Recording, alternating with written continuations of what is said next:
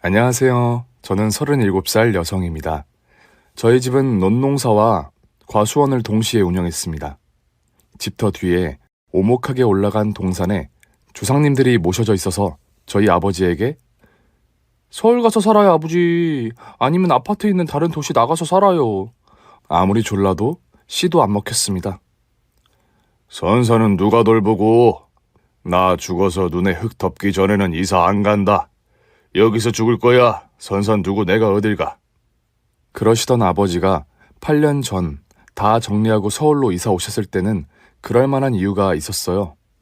딸 셋 내리 낳은 후 겨우겨우 낳은 아들 하나가 말썽이었거든요.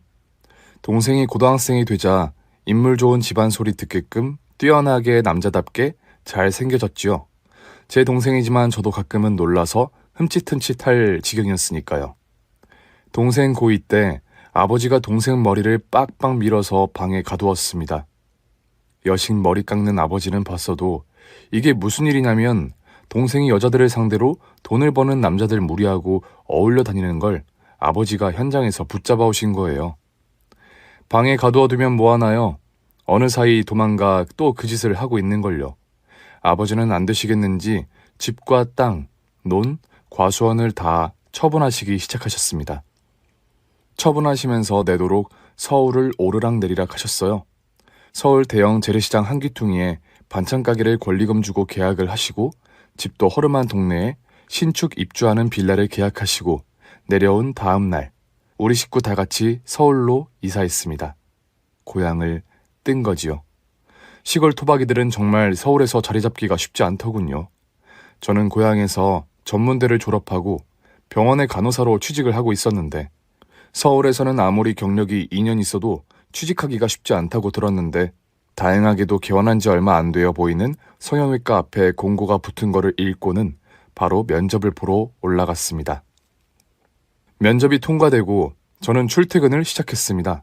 성형외과는 환자가 곧 돈이라는 이야기가 고향에 있는 성형외과에 근무하는 친구에게 들었는데 정말 그렇더군요. 오시는 고객들에게 칭찬 한마디라도 더 하면서 수익 창출하는 구조. 저는 이빠른 말을 못하는 성격으로 유명한데 덮어놓고 땡땡땡님 정말 피부 동안이시네요. 부터 시작해야 하는 게 좀 양심에 찔렸습니다. 저는 코디들 업무와 비슷한 업무를 했어요. 리셉션에서 전화 응대, 수납, 차팅, 원장님 파트별 어레인지 등을 했지요. 그뿐 아니라 다니면서 하는 초진 접수 및 응대, 사진 촬영, 마취크림 도포 등 환자를 직접 대하는 실무 업무를 하는 코디 일도 도왔습니다. 워낙에 부지런한 성격이고 먼저 병원에서 처음 취업했을 때도 이렇게 했더니 동료들도 좋아하고 대표 원장님 그리고 월급 원장님들 모두 좋아하시더라고요. 저는 저 하나 부지런함으로 모두를 편안하게 해주는 게 즐거웠어요. 나이도 젊은데 뭐 나이 어린 제가 하는 게 좋다 그런 마음도 있었지요. 어딜 가든 사람들 예쁨을 받는 건 아마도 이런 부지런함과 남에게 피해주는 일 안 하고 또 의리도 있기 때문일 거라고 제 자신을 살짝 자랑해 봅니다. 친구들하고 놀 때도 친구 비밀 같은 것 잘 지켜주어서 특히 안 좋은 약점 같은 것 잘 커버해 주어서 친구들이 모두 비밀 이야기나 고민 같은 건 제게 토로했지요. 희정이한테 말해봐. 희정이한테 이야기하면 속도 풀리고 무엇보다 비밀 새나갈 일이 없어. 걔 고등학교 때부터 별명이 자물쇠야. 대표 원장님이 댁에서 제 이야기를 많이 하신 것 같은 게 대표 원장님 어머님이 우리 병원 아래층에 있는 샵에 마사지랑 네일 관리 받으러 자주 오시는데 오실 때마다 병원 간호사들 간식을 사다 주시거든요. 그때마다 제게 상냥한 눈맞춤을 하시면서 병원 일 아주 성심성의껏 해준다고 들었어요. 고마워요, 김희정 선생. 라고 하시더라고요. 어느 날 제가 선배에게 대표 원장님 어머님은 참 베풀기 좋아하시는 것 같아요. 손도 크시고 매번 이렇게 간식 사다 주시는 것도 쉽지 않은데. 빚 좋은 개설구지. 100원어치 사다 주고 1000원어치 뽑아먹는 게 그 집 스타일이야. 쉬는 시간에는 늘 따로 떨어져 혼자 책 읽는 걸로 휴식을 취하는 뭔가 사색적인 이 선배가 깔끔하게 정리하시더군요. 멍청한 노예들은 빵 몇 개에 배려해주는 줄 알고 더 빡세게 일하거든. 그 말씀을 듣고 보니 1인당 1,200원짜리 빵 한두 개 먹고는 간식 후에 다들 열혈 일을 하는 모습이 눈에 들어오는 겁니다. 다른 병원 간호사 숫자하고 우리 병원 간호사 숫자 좀 비교해 볼래? 정말 그러고 보니 이 큰 병원에 간호사 넷인 걸 이제야 깨닫게 된 거예요. 그러나 저는 이 병원이 좋았습니다. 대표 원장님이 총각인데 감히 딴 마음 품지 못하지만 바라만 보는 것만으로도 행복했거든요. 혼자 하는 상상이야. 내 머릿속인데 누가 뭐라고 하겠습니까? 혼자서 꿈을 꾸는 것만으로도 구름 위에 탄 것 같은 기분으로 더욱 출퇴근을 열심히 하면서 병원 일에 성심을 다했습니다. 그런데 이게 무슨 일인가요? 어느 날 원장님 어머님이 제게 카톡을 하신 거예요. 대표 원장님에게 미리 말을 해두었으니 1시간 일찍 퇴근하고 1층 카페로 내려와서 이야기 좀 하자고요. 저는 지난번에 선배가 귀뜸해준 간호사들 가끔 쉬는 날 집으로 불러들여 잡일 같은 거 시킨다는 이야기를 들었는데 제게 그런 부탁을 하시는 줄 알았어요. 저는 그런 부탁이라면 이미 기꺼이 해드리라 마음먹고 있었어요. 선배 이야기에 의하면 알바비는 두둑하게 주신다니까 그거라도 해서 살림에 보탬이 되려고요. 우리 집은 당시 너무 어려웠거든요. 지금에야 겨우 안정세지 8년 중 6년은 동생이 돈만 까먹었거든요. 동생이 남의 유부녀하고 끊임없이 사귀고 계속 그거 들통나고 그래서 손해배상해주고 하면서요.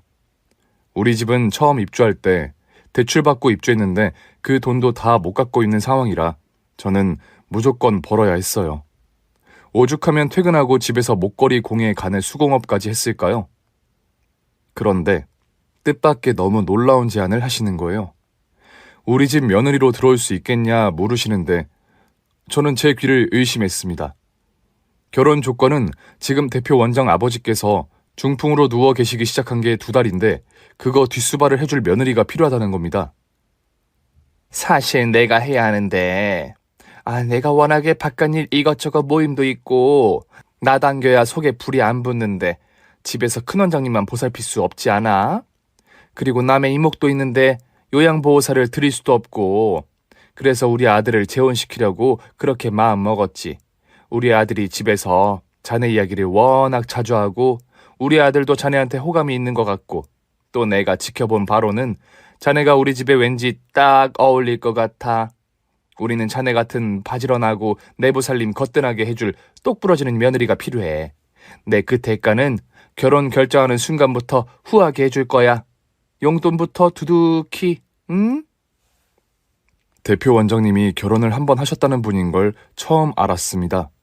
다음날 점심시간에 그 전 성형외과부터 쭉 같이 계셨던 선배한테 물어보니 첫 결혼은 미국에서 했다네요. 같은 유학생끼리 멋모르고 했는데 시어머님 자리가 워낙에 그지 같아서 한국에 들어와서 1년도 안 되어 헤어졌다고 하는 겁니다. 대표 원장님 어머님이 보통은 넘는 성격인 것만 알고 자세한 내막은 모른다고 하더라고요. 그리고 큰 원장님이 중풍이시냐고 슬쩍 물었더니 말마, 저 할맛이 목에는 주름이 짜글짜글한데 얼굴은 40대 후반 같은 저 할맛이 말이야. 세컨드야. 원장님 아버지가 땡땡 성형외과 대표 원장이시거든? 왜 알지? 형제끼리 하는 땡땡 성형외과. 청담동에 있는 거. 우리나라에서 손꼽히는 대형 성형외과. 그리고 더 놀라운 이야기를 해주는 거예요. 경영은 친형제 원장 셋이서 똑같은 지분으로 운영하거든? 근데 큰 원장님이 본처에게서 자식을 못 얻으니까 젊고 예쁜 사람으로 후처를 드렸어. 그게 저 할맛이지. 저 할맛이 배에서 남매가 나온 거야. 지금 이 병원 대표 원장님하고 시집간 누나가 하나 있어. 그런데 자식들은 후처 집에 두고 영감님은 본처 옆에서 살았어. 조강지처는 안 버린다 뭐 그런 거지. 근데 얼마 전에 본처가 돌아가셨거든. 그 장례식에는 나도 다녀왔어. 정말 성대하게 하대. 눈에 가시 같은 본처가 죽었으니 이제 저 할맛이만 살판 난 거야. 평생 노리던 본처 자리 꿰차게 되었으니까. 그런데 이 영감하고 같이 산 지 1달도 안 되어 영감이 중풍을 맞은 거야. 저는 그 말을 듣고 어제 어머님 뵙고 집에 돌아가 하던 고민을 계속했습니다.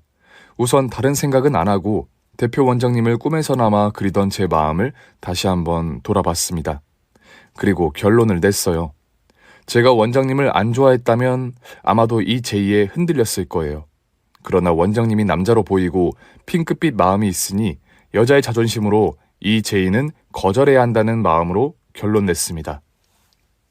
하룻밤을 더 생각한 후에 카톡으로 어머님께 이틀 전에 들은 이야기는 안 들은 걸로 하겠다고 정중하게 메시지를 드렸습니다. 당장에 또 동생이 애 셋 있는 유부녀하고 바람질을 해서 그 남편으로부터 상간자 손해배상 청구를 당해 1,500만 원을 물어주게 생겨서 지금 보험회사 특가 대출을 알아보고 있는 상황에서 이 결정이 쉽지는 않았습니다. 한 달 후 연말 회식 때 우리는 정말 신나게 놀았습니다. 대표 원장님은 제가 그런 제의를 받은 걸 모르시는 듯 했고 저도 또 한 번 지나간 일은 있는 스타일이라 깔끔하게 잊고 3차까지 부어라 마셔라 춤추고 노래하면서 즐겼지요. 사실 우리 성형외과라는 게 병원을 크게 벌여놓은 대표 원장님부터 월급 원장님, 간호사들 모두 스트레스 속에 산다고 해도 무방합니다.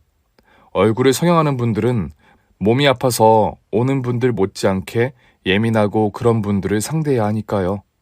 그래서 회식 때만 되면 부어라 마셔라가 되는 거지요. 다음날 집이라고 생각하면서 숙취로 골이 너무 흔들려 하며 깼는데 헉! 웬 모텔인 겁니다. 너무 놀라서 옆을 보니 대표 원장님하고 저하고 같이 누워있는 거예요. 보아하니 일은 벌어진 모양이고 저는 우선 빨리 이곳을 빠져나가는 게 우선이라고 생각했습니다. 옆 사람이 깰까봐 조심스레 일어나는데 원장님이 제 허리를 잡아 안는 거예요. 그러면서 따뜻한 포옹과 뽀뽀를 해주면서 한다는 말이 남자가 말이야, 같이 하루를 지내고 난 여자에게 이렇게 따뜻한 포옹과 따뜻한 키스를 연속으로 한다는 건 속궁합이 무지하게 잘 맞았다는 거거든? 우리는 그때부터 사내 연애를 시작했습니다. 아니요, 잠자리 파트너라고 하는 게 더 맞겠지만요. 저는 어쨌거나 원장님을 좋아하는 마음에서 더 발전해서 사랑하는 마음까지 가게 되었어요. 그런데 원장님도 저를 단순히 잠자리 파트너로만 생각하는 것 같지 않았습니다.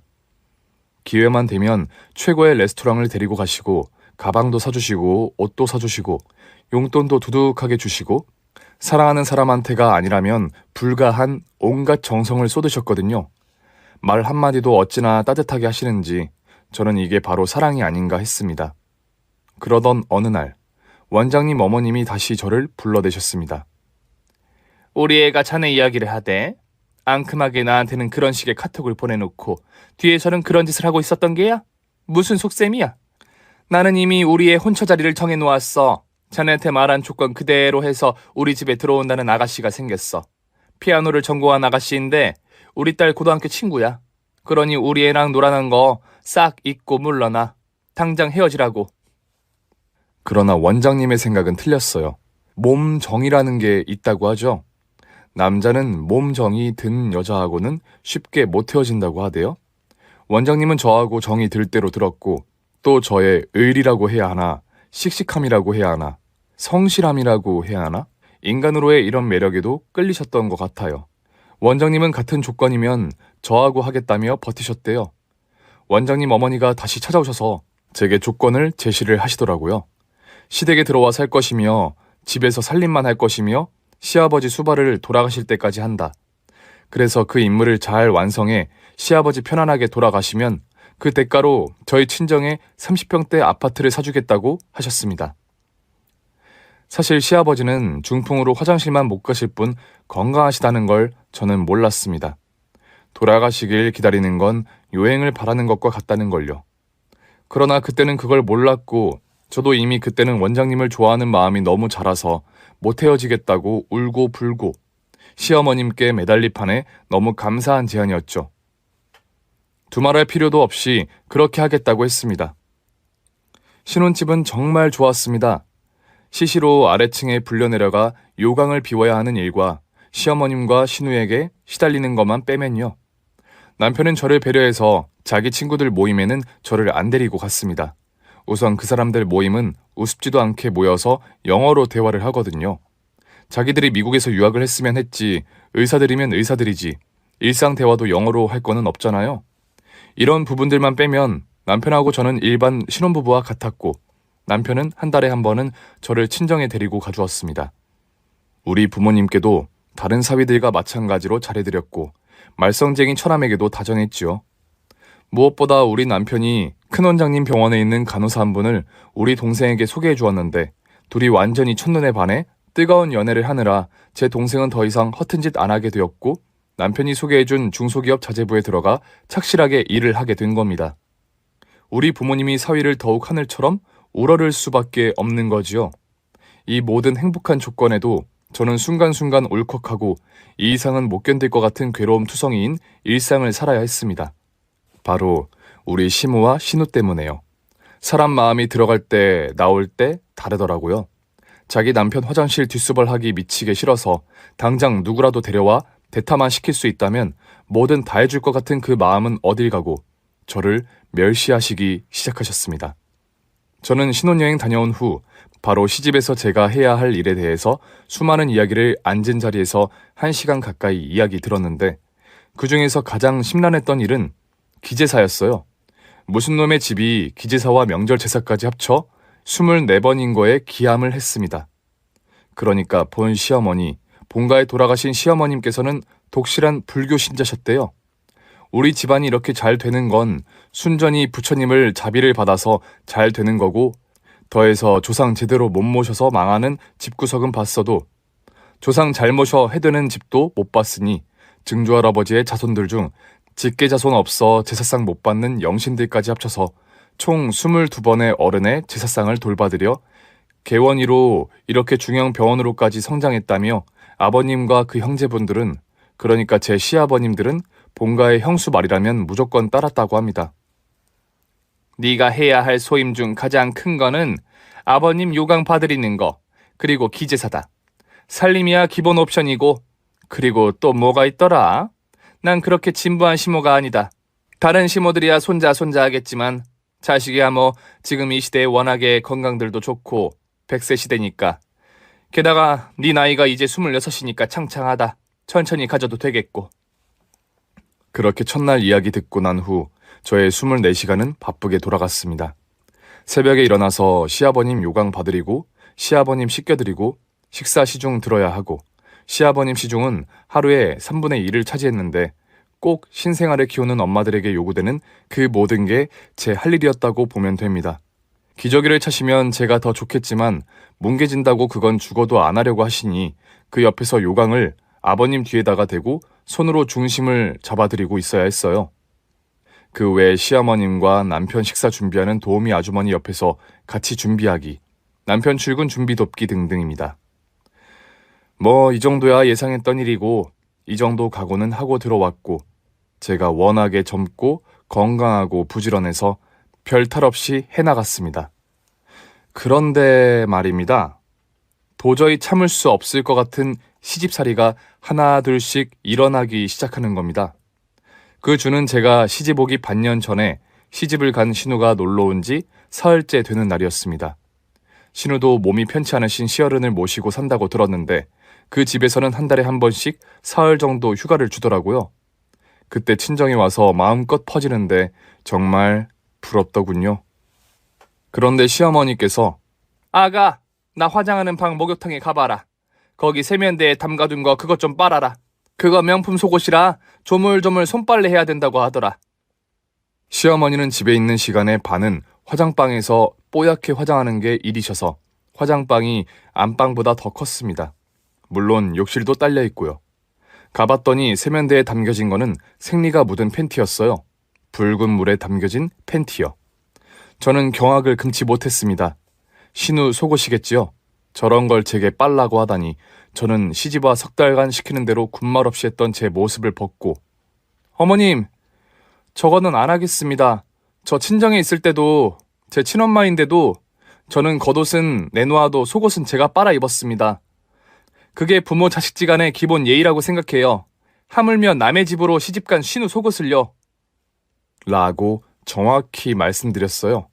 했더니 시어머니 화를 내시기는커녕 가당치도 않다는 비웃음을 흘리시면서 너는 성도 다른 시아버지 거기도 보면서 그 뒷수발까지 하는 애가 뭐 저 정도 가지고 그러니? 나 참 우습지도 않네. 라고 하시는데 목에서 울음이 울컥 올라오더군요. 아무리 제가 시아버지 요강수발을 들어도 시어머니 입에서 거기를 본다는 이야기가 나오는 건 참을 수가 없는 기분이었습니다. 결국 그 자리에서 저는 눈물을 흘렸습니다. 아니, 얘가 누가 뭐라고 뭔 소리를 했다고 눈물을 보이고 그래? 얘, 뚝 그쳐. 남들이 보면 내가 너 호된 시집살이 시키는 줄 알겠다. 그때 위층 시집 가기 전에 자기가 쓰던 방에서 해가 중천까지 뜨도록 자고 내려온 신우가 안방에서 어머님과 대화하는 걸 듣고는 옳겠시? 정 더러우면 고무장갑 끼고 살살 빨면 됩니다. 하면서 누구 약 올리듯 까르르륵 웃는 거예요. 때리는 시모보다 말리는 신우가 더 밉더니 저도 시집가서 병든 시부모님 모시고 산다는 게 저래야 하나 싶더군요. 신우는 뭔가 느낌이 처음부터 썩 좋지 않았습니다. 사람이 왜 육식동물, 초식동물 같은 느낌으로 구분을 한다면 신우는 육식동물 같은 기름이 잘잘 흐르는 육식동물 같은 느낌을 주는 여자였어요. 눈끝이 매초롬한 것도 그렇고 날씬하면서도 너무나 글래머적인 몸매 또한 예사롭게 보이지가 않고요. 신우의 남편을 보면 그렇게 선비가 없는데요. 얌전한 선비 스타일인 그분을 신우가 언제고 꼭 한 입에 잡아먹고 말 것 같다는 황당한 상상을 하면서 신혼 첫 달에 혼자 웃었던 기억도 있습니다. 저는 결국 그 속옷 2장을 고무장갑 끼고 빨았습니다. 이런 걸로 부딪히기 시작하면 한도 끝도 없다는 생각이 언뜻 뇌리를 스쳐서요. 뭐 허구한 날 와 있는 것도 아닌데 하면서 빨았어요. 이런 이야기 신랑한테 일러 바칠 수 있는 문제지만 저는 하지 않았습니다. 제가 남편 일을 모르는 것도 아니고 남편이 병원에서 얼마나 극도로 예민한 신경으로 일을 하는지 잘 알고 있는데 집안 문제로 신경 쓰게 하고 싶지 않았던 아내로서의 사랑이었다면 사랑이었습니다. 시어머님은 저를 겸상시켜 주시지 않으셨어요. 첫날 신랑하고 시어머님이 마주 앉아 식사를 시작하시고 저도 제 밥과 국을 쟁반에 담아와 신랑 옆에 앉는데 시어머니께서 예, 어딜 앉아?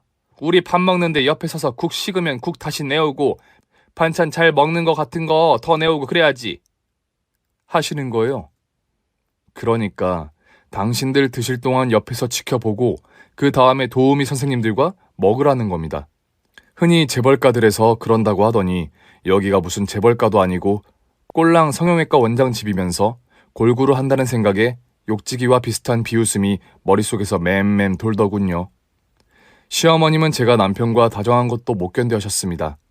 당신은 평생 일주일에 한두 번 스치듯 들리는 남편하고 살고 당당하지 못한, 세상에는 자기는 알려지면 안 되는 존재로 음지에서 사셔야 했던 아픔과 상처가 크셨겠지요. 그러나 시어머님 해놓고 사시는 거 보면 으리으리 그 상처 모두 상쇄시켜줄 만큼 즐기면서 화려하게 사신 게 분명해 보였습니다. 허나 속에 아픔이야 왜 없겠나요? 같은 여자로 공감은 됩니다만 그럴수록 아들 부부 재미나게 다정하게 사는 걸 흐뭇하게 바라보셔야 하는데 그것도 당신이 애초에 시작해서 맺어주었다면 주어준 우리 부부 사이를 왜 그렇게 못마땅해 하시는 줄 모르겠습니다. 그날도 신우가 와 있었고 모녀가 거실 TV에서 TV를 보는데 시사 프로였던 것 같아요. 그 내용이 며느리가 시험관 시술을 계속 반복했고 11번째 시술에 실패하고 고통스러워 우는 장면이 나오는 거예요. 그 모습을 지켜보던 시어머니도 가슴이 아파서 어쩔 줄을 몰라 하다가 기도드리러 성당에를 가시는 장면까지 보시더니 아, 할 수만 있다면 내 아들 자식은 내가 낳아주고 말겠다. 아줌씨 아줌마가 낳아주고 마라. TV에 나오는 시어머니 장면을 보시면서 말씀하시더군요. 아, 내 아들 자식은 내가 낳아주고 말겠다니. 저는 그 말을 듣는데 소름이 끼치고 내장이 다 내려앉는 기분이었어요. 이 집에서 한시도, 아니 시어머니와 한시도 한 공간에서 더 같이 못 있겠다는 그 절실한 감정을 어떻게 표현하면 좋을까요? 그런데 더 가관인 거는 엄마는 가능할걸? 생리도 아직도 하잖아. 하는 겁니다. 모녀가 쌍으로 기름기 흐르는 얼굴에 육식동물같이 생겨서 나란히 앉아 하는 말들이라고는 가관도 아닌 거예요. 저는 그 길로 2층으로 올라가 저희 부부 방에 딸린 화장실에서 저녁 먹은 걸 다 토해냈습니다. 신우 생리반스 빨 때도 안 했던 구역질이었습니다. 그게 첫 입덧이었던 거예요. 저는 이미 임신 5주차에 접어들고 있었는데 그냥 손가락 사이에서 바람이 솔솔 빠져나가는 것 같고 이상하게 잠이 무지하게 쏟아지는 것 외에는 다른 증상은 없었거든요. 퇴근한 남편에게 자기 전에 알렸더니 정말 좋아했습니다. 다음날 아침 식탁에서 남편이 어머님께 이야기하더군요. 이 사람 입덧할 동안만이라도 요양보호사 쓰죠. 입덧하는 사람에게 그 시중 들락이 너무 잔혹하잖아요. 작은 아버지들도 이해해 주실 거예요. 사실 작은 아버님 두 분이 청담동에 있는 성형외과를 아버님과 같이 경영하고 계셨고 그분들 보기에 중풍 든 자기 형님을 낯선 요양보호사에게 맡겨두고 밖으로 놔두는 형수가 좋게 보일 리 없었습니다. 제게는 무슨 짓을 해도 자기 아들과의 사이가 벌어지는 것은 원치 않으셨던 시어머니는 요양보호사를 집에 불러서 저는 입덧 기간을 무사히 넘길 수 있었습니다. 그리고 사실 손자인 후계자가 생겨야 성형외과를 남편이 안정적으로 승계받을 수 있으니까요. 저는 8개월 후 건강한 딸 쌍둥이를 낳았습니다. 남편은 행복해 보였습니다. 딸 가진 아빠들의 표본인 모습을 보여주는데 그 모습 바라보는 저의 행복 자리에 시아버님 요강수발이나 시모의 흉측함, 한 달에 사나흘은 와서 자고 가는 욕 나오게 하는 신우는 문제가 아니었어요. 그런데 참으로 불행은 기쁨과 세트로 온다더니 쌍둥이 100일을 치른 후 남편이 과로사에 쓰러져 그 자리에서 즉사한 겁니다. 보통 이 나라 개원이들 스트레스가 어마어마하다는 걸 알고 계시나요? 의사들은 넘쳐나고 너도 나도 개원이로 병원을 연 후에 오는 그 스트레스는 워낙에 우후죽순으로 생겨나는 성형외과들의 약만큼 하다고 하네요. 남편은 비빌 언덕이 아무리 든든하다고 해도 작은 아버님들 기세도 만만치 않고 아버지도 스트레스로 중풍으로 쓰러지신 상태에서 자기 스스로 자립해야 한다는 압박감이 심했던 사람이라 크게 벌려놓은 병원에 대한 부담감이 컸습니다. 저는 그 이야기를 시집 오기 전에 그 선배 언니에게 종종 들었거든요.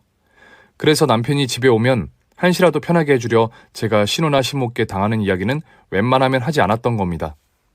남편이 병원에서 수술을 끝낸 후 자기 방에 들어가자마자 쓰러진 걸 간호사들이 발견하고 119에 실려 응급실에 갔을 때는 이미 사망한 상태였습니다. 저는 당장에 슬프고 어쩌고 보다는 망연자실했습니다. 눈물도 안 나오더군요. 쌍둥이 아이들과 이런 시댁에서 살아가야 한다는 그 절박함. 제 나이는 27살에 불과했습니다. 시모와 신우가 어떤 태도를 보여주셨을 것 같으세요? 거의 반 미친 사람처럼 방바닥을 두드리며 이틀을 울어 제끼는 시모는 사흘째 되는 밤에 제 방으로 쳐들어 오셨습니다. 아기들 겨우 재우고 저도 가까스로 잠들었는데 잠결에 천장이 제 몸 위로 내려앉는 느낌, 그리고 어떤 팔이 제 목을 마구 조르는 것 같은 느낌이 들어서 깼더니 시어머님이 산발을 한 상태에서 제 가슴 위를 타고 앉아 골프채를 가로로 들고 그 골프채로 제 목을 누르고 있었던 겁니다.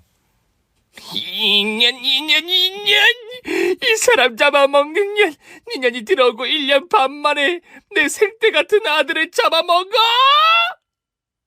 시어머니는 거의 발광 상태였습니다. 제가 캑캑캑 소리도 제대로 못 내면서도 시어머니를 밀치고 비명을 지르기 시작했어요. 같은 층에서 주무시던 입주 도우미 선생님도 뛰어오셔서 뜯어 말리시고 장례 치르는 동안 아버님 시중 들던 요양보호사도 뛰어오고 뜯어 말리셔서 저는 겨우 시어머니에게서 벗어났습니다. 다음날 작은 아버님들도 오시고 아버님과 세 분이 의논 끝에 어머니는 당분간 병원에 입원시키기로 했습니다. 아버님은 역시 오랫동안 병원을 이끌었던 분답게 위기 상황에서 침착하시더군요. 말씀도 어눌하게 하시는 분이 모든 걸 착착 지시하시는데 저는 제가 여태껏 그 밑을 닦아드렸던 분으로 안 보이고 존경하는 어른으로 우러러 뵈더군요. 어머님이 병원에 계시는 동안 저는 혼자 집안을 이끌었습니다. 아기들 보모도 드리고 바쁘게 집안을 정립해 나갔습니다. 미우나 고우나 해도 내 새끼들의 터전이니 제가 바로 세워야겠다는 생각뿐이 없었습니다.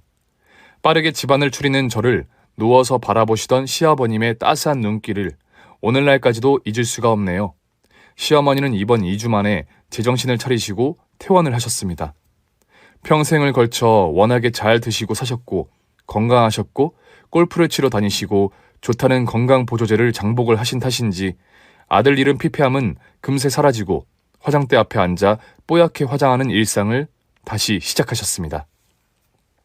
시어머님은 밖으로만 도시고 아버님은 아들 잃은 슬픔이 뒤늦게 가슴을 치시는지 가끔 기분 좋을 때는 불경도 외시던 분이 침묵으로 빠져드셨어요. 그렇게 우리 집은 귀신이 나올 것 같이 적막해져 갔습니다. 간간히 아기들 재롱 떠는 소리만이 사람 사는 집이라는 걸 알려줬을 뿐이니까요. 아버님은 고요 속에 운명하셨습니다. 아들이 세상을 떠나고 1년을 더 사시다가요. 아버님 장례를 치르고 어머님이 제 방으로 올라오시더군요. 호적을 파서 나가라고요. 이제 네가 이 집에서 할 일은 다 끝났고 사람의 탈을 쓰고 양심이 있으면 남의 생떼 같은 아들 잡아먹고 더는 이 집에서 못 살 테니 나가고 곱게 나가라고 하시더라고요. 친정에 주겠다 약속한 33평 아파트 값을 봉투에 넣어서 주시더니 이건 먹고 나가. 애들은 이 집 핏줄이니까 놓고 나가. 하시더군요. 태어나 돌이 지나도록 한 번 안아주지도 않는 손녀들이 뭐가 애틋해서 놓고 나가라고 하셨을까요? 물론 병원 후계 문제 때문이겠지요. 저는 안 나가겠다고 했습니다. 제가 유책사유가 있는 것도 아니고 제가 있고 싶으면 있을 수 있다고 했어요. 구독자님들, 내가 낳은 내 새끼들하고 떨어질 수 없는 마음 이해하시겠죠? 새끼하고 저는 한 몸이잖아요. 따로가 될 수 없는 거예요. 시어머님께서 애들을 데리고 가도 좋다고 하셨으면 저도 틀렸을 겁니다. 그러나 아이들을 놓고 가라는데 그건 도저히 할 수가 없더군요. 시어머니는 날마다 저를 들들 볶으셨습니다. 들들 볶아서 제 풀에 지쳐 나가길 바라신 거겠지요. 혼자가 아닌 신우와 합세해서 괴롭히셨고 저는 최강 멘탈로 버텼습니다. 당신들도 괴물이 아닌 이상 어느 정도 하시다가 그만두시겠지. 손녀들이 자라 사람 말귀 알아듣기 시작하면 손녀들 눈 무서워서 당신도 함부로 못하시겠지 싶은 마음도 들어서 딸들을 방패 삼아 버텼어요.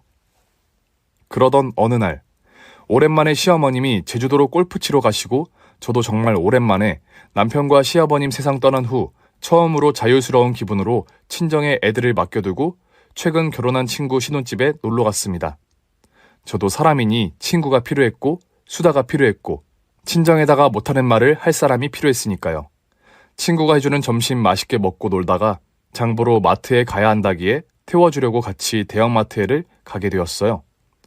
지상 주차장에서 친구를 내려주고 저도 친정으로 출발하려는 찰나 이상한 광경을 보게 된 겁니다.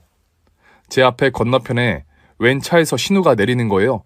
신우가 사는 신우 시댁도 여기서 1시간 거리라 신우가 와 있을 곳이 못 되는데 뭐 볼 일이 있어 왔겠지 싶고 어쨌든 꿈에서도 만나기 싫은 사람이라 고개를 돌리고 외면했습니다. 그런데 그 차 운전석에서 웬 남자가 내리는 거예요. 20대 중반의 남성이요. 근데 낯이 설지가 않고 눈에 확 들어오는 거예요. 남자가 너무 잘생겼고 체격도 훌륭하고 두상도 작고 그래서 처음에는 연예인인가 했어요. 낯도 익으니까요. 그런데 그 젊은 남자가 우리 신우 앞으로 다가가더니 가벼운 스킨십을 하고 다시 운전석으로 돌아가려고 돌아서는데 얼굴이 정면으로 보이고 앗 소리가 나오더랍니다. 그 사람은 제 동생의 친구였어요. 고향에서 제 동생을 꼬여내서 같이 못된 짓 하고 다니던 아이인 거예요. 호스트바에 다녔고 그곳에서 제 동생을 끌어들인 그 아이. 우리 아버지가 진저리 치기 싫어했던 그 아이였습니다. 하고 다니는 폼새가 여전히 그 일을 하고 있는 것 같은데 왜 유부녀인 제 신우가 그 아이와 같이 있는 걸까 궁금증이 증폭을 하는 겁니다. 둘은 아무것도 서로 교집합이 될 수 없는 사이잖아요. 살아온 지역부터가 다르고요. 저는 이틀을 이리 뒤척 저리 뒤척 궁금해서 못 견디겠더군요. 동생에게 전화를 걸어서 그 아이의 연락처를 알아냈습니다. 전화했더니 아주 반겨주더군요. 용기를 내서 만나자고 했어요. 그 아이와 뭐 카페나 그런 데서 만나기 싫어서 일부러 중고교생이 많이 가는 피자집에서 만나자고 했어요. 피자집 끝 테이블 한적한 장소에 앉아 우리는 이야기를 시작했습니다. 간단하게 안부 정도 주고받는데 제 동생하고는 재작년까지 연락을 하고 지낸 모양인데 제 동생이 회사원이 되고 나서는 저절로 멀어졌다고 하네요. 반가운 일이었고 제발이지 정신 차려서 그 맑은 간호사 아가씨와 결혼까지 했으면 좋겠습니다. 저는 단도직입적으로 물었습니다. 이틀 전에 마트에서 내려준 여자와 무슨 사이냐고요. 그 여자가 우리 신우인데 나는 이 일을 꼭 알아야겠고 발설한 네 정보는 비밀 유지해주겠다고 했습니다. 지금 당장 제 약속을 녹취를 해도 좋고 어길 시에는 어떤 불이익도 당하겠고 손해배상도 해주겠다고 했습니다. 누나 이거 영업 관련을 알려주는 선수들은 없어요. 근데 제 친구 누나니까 알려드리는 거예요. 신우라고요? 어쩌면 누나 같은 요조 숙녀에게 그런 신우가 다 있을까? 그 동생이 이야기해주는데 세상에나 우리 신우는 호빠 선수들이 혀를 내두르는 유부녀 선수라는 겁니다. 그 동생이 일하는 동네에서는 제 신우가 유명하다네요. 남자 킬러라고요. 우리 신우는 철두철미하게 육체적인 바람을 즐기는 부류라네요. 제 신우는 시아버님을 모시고 살거든요. 사돈어른은 지금 췌장암 3기로 사실 오래 못 사세요. 빠르면 올해 안에 떠나실 것 같다고들 한다는데 사돈어른은 강동구 일대에서 10손가락 안에 드는 졸부로 통한다네요. 죽은 남편 말에 의하면 건물 빼고도 현금 재산이 아마 5천억 원 정도는 될 거라고 하면서 우리 누나가 돈 복은 타고난 것 같아 라고 했던 기억이 있습니다. 신우 남편은 앞에도 제가 말씀드렸다시피 소심한 선비 스타일이거든요. 원기왕성 육체파인 신우에게 잡아먹힐 것 같은 성냥개비 같은 몸매에 말씀도 조용하게 하시는 7급 공무원이시지요. 평생토록 기센 자기 아버지에게 눌려 살아 더욱 소심한 성격이 된 것 같다고 어느 해 명절 때 우리 집에서 남편과 와인 드시면서 농담하던 것도 기억이 납니다. 그래, 알았어 하는 스타일이라 우리 시어머니까지도 사위를 우습게 여기셨습니다. 이제 저 시아버지만 돌아가시면 그 많은 재산 우리 향연이가 다 먹는 거야. 크게 한 판 먹는 거지. 남편을 소나기에 쥐고 흔드는 신우에게 그 시아버지 재산은 코앞에 다가온 황금 덩어리였던 겁니다. 그런데 그런 부귀영화를 앞에 두고도 바람질은 멈출 수가 없었던가 봅니다. 철두철미한 바람질은 상간남들과의 만남을 1시간 안에 해결한다는 데 포인트가 있습니다. 절대 안 들키는 방법이요. 마트에 간다고 하고 집을 나와요. 그리고 마트 주차장에서 차를 두고 상간남 차를 타고 근처 모텔로 이동을 하는 겁니다. 거기서 옷도 안 벗고 바람질을 하고 있어요. 그런데 간혹 집에서 전화가 와요. 남편에게서 오던지요. 그럼 바로 상간남 핸드폰에 깔린 마트 앱을 틀고 대답하는 거지요. 자기? 나? 어디긴 마트지. 어머나, 여기 이거 새 과자가 나왔네? 자기 과자 좋아하는데 사갈까? 이렇게 현모양처 노릇을 하는 거지요. 신우가 상간남과 모텔 약속을 잡을 때 조건은 딱 2가지랍니다. 첫째는 폰에다가 마트 앱을 끌고 나와라. 둘째, 모든 것은 1시간 안에 이루어져야 한다. 그렇게 모텔에서 30분 내로 바람질을 끝내고 다시 마트로 와서 장본 박스를 싣고 떠났는데 1시간이면 끝난답니다. 아니, 장은 언제 보냐고요? 드라이브 스루요. 온라인으로 장을 봐놓고 차에다가 박스만 싣고 오는 거지요. 정말 무서운 신우입니다. 그게 뭐라고? 그 육체적인 바람을 위해 철저하게 계산해서 하는 그 치밀함이라니요. 누나, 이게 말이죠. 이런 비슷한 수법을 쓰는 밝히는 유부녀들이 꽤 있어요. 근데 남자라는 동물이 멍청한 게 집에서 얌전한 자기 아내가 이런 짓을 하리라고는 상상도 못하는 거예요.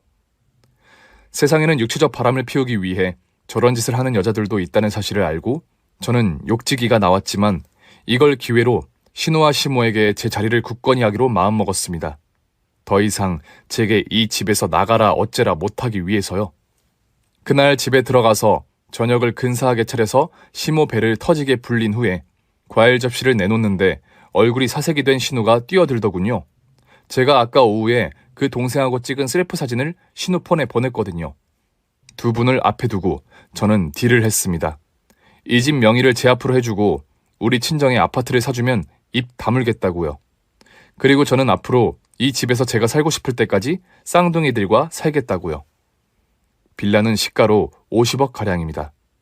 이번만 넘기면 사돈어른 재산이 무사히 신우품으로 굴러들어오는데 그 5천억 가량이 품으로 들어오는데 50억이 문제가 아닌 겁니다. 명의를 돌려주더군요. 그리고 작은 아버님께 급전을 빌려서 저희 친정 아파트를 사주셨습니다. 그래서 저는 제 새끼들 쌍둥이를 위해서 이 집의 평화를 위해서 영원히 그 일을 모른 척 해주기로 마음먹었고 그렇게 실천했습니다. 그러나 세상은 그렇게 만만하지가 않더군요. 사돈어른, 오늘 내일 한다던 사돈어른은 세상 떠날 생각을 안 하시고 하루가 다르게 기력이 회복되셔서 신우와 시무가 심란해하던 그때 하필이면 그 아는 동생이 신우 씨에게 신우와의 관계를 폭로했습니다. 외제 스포츠카를 사주기로 약속한 게 언제인데 자꾸 미루니까 열이 받친 거지요. 신우야, 나이 어리고 밤에 끝내주는 예쁜 애인에게 차를 사주고야 싶었겠죠. 시아버지 돌아가신 후에야 돈이 도는데 그때는 꼭 사주고 싶었겠지요. 그러나 너무 늦는 거지요. 얌전한 선비가 화나면 무섭더라고 그 길로 내쳐졌습니다. 알몸으로, 아니 신우가 시집갈 때 해간 고급 이탈리아 가구들과 더불어 쫓겨났습니다. 쉽게 이혼할 생각으로 자식도 안 가진 신우는 이럴 때 자식이라도 있었으면 그걸 인질 삼아 남편에게 매달릴 수도 있었겠지만 자식도 없겠다. 바로 맨발로 쫓겨났습니다. 5천억 부자가 아무나 되는 건 아니었구나. 우리 신우를 보며 깨달았습니다. 신우는 그 가구들을 제 집으로 끌어들였고 제 집 2층 한 구석에 제 눈칫밥을 먹고 살고 있습니다. 시무와 더불어서요. 저는 오늘 아침에도 화를 냈습니다. 형님, 나가서 편의점 알바라도 해요. 먹고 살아야잖아. 돈 나올 때는 눈 씻고 봐도 없어 보이던데 말이야. 우리 신우는 집안 망신시킨 미친년이라며 작은 아버님조차 1원 한 푼 도와주시려고 하지 않으시고 시모 또한 우리 집 사줄 때 빌린 돈 갚을 능력도 없어서 작은 아버님들에게 눈치 받느라 집안에서 꼼짝도 못하십니다. 남편 성형외과에서 벌어들이는 돈이야 배우자인 그 사람 자식 키우고 있는 제 수중으로 들어오지요. 저는 시모님께 용돈을 드립니다. 며느리니까요. 한 달에 20만 원이요. 골프 치러 가시라고요. 제 긴 사연 들어주셔서 감사드립니다. 오늘 준비할 사연은 여기까지입니다. 재미있게 들으셨다면 구독과 좋아요 눌러주세요. 제게 아주 큰 힘이 됩니다. 그럼 저는 다음 사연으로 찾아뵐게요. 오늘도 건강하고 행복하세요.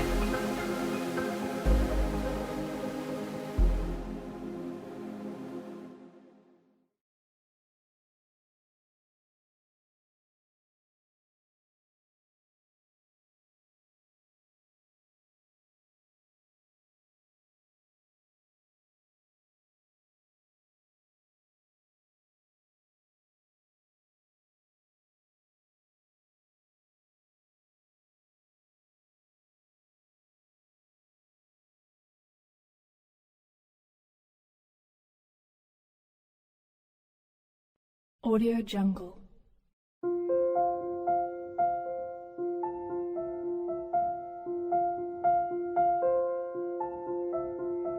Audio Jungle.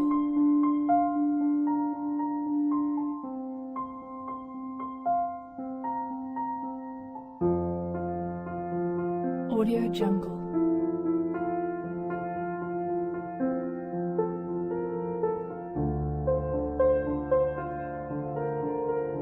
Audio Jungle.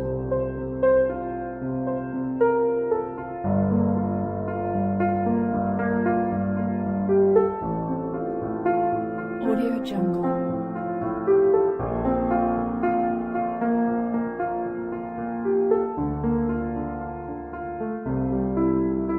Audio Jungle.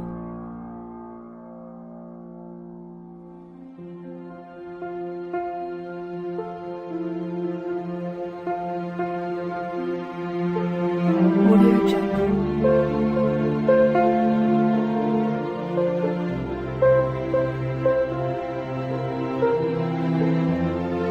Audio Jungle.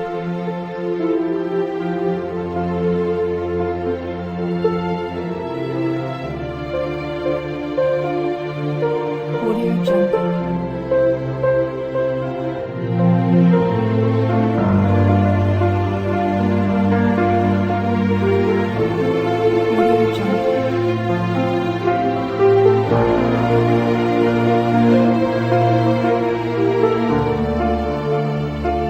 Jungle.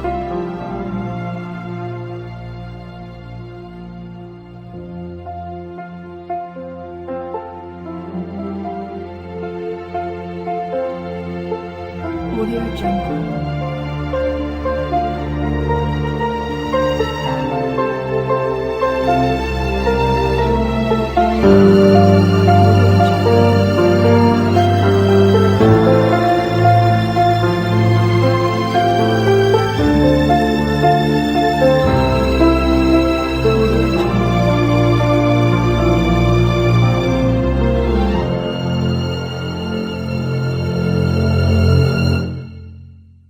Audio Jungle.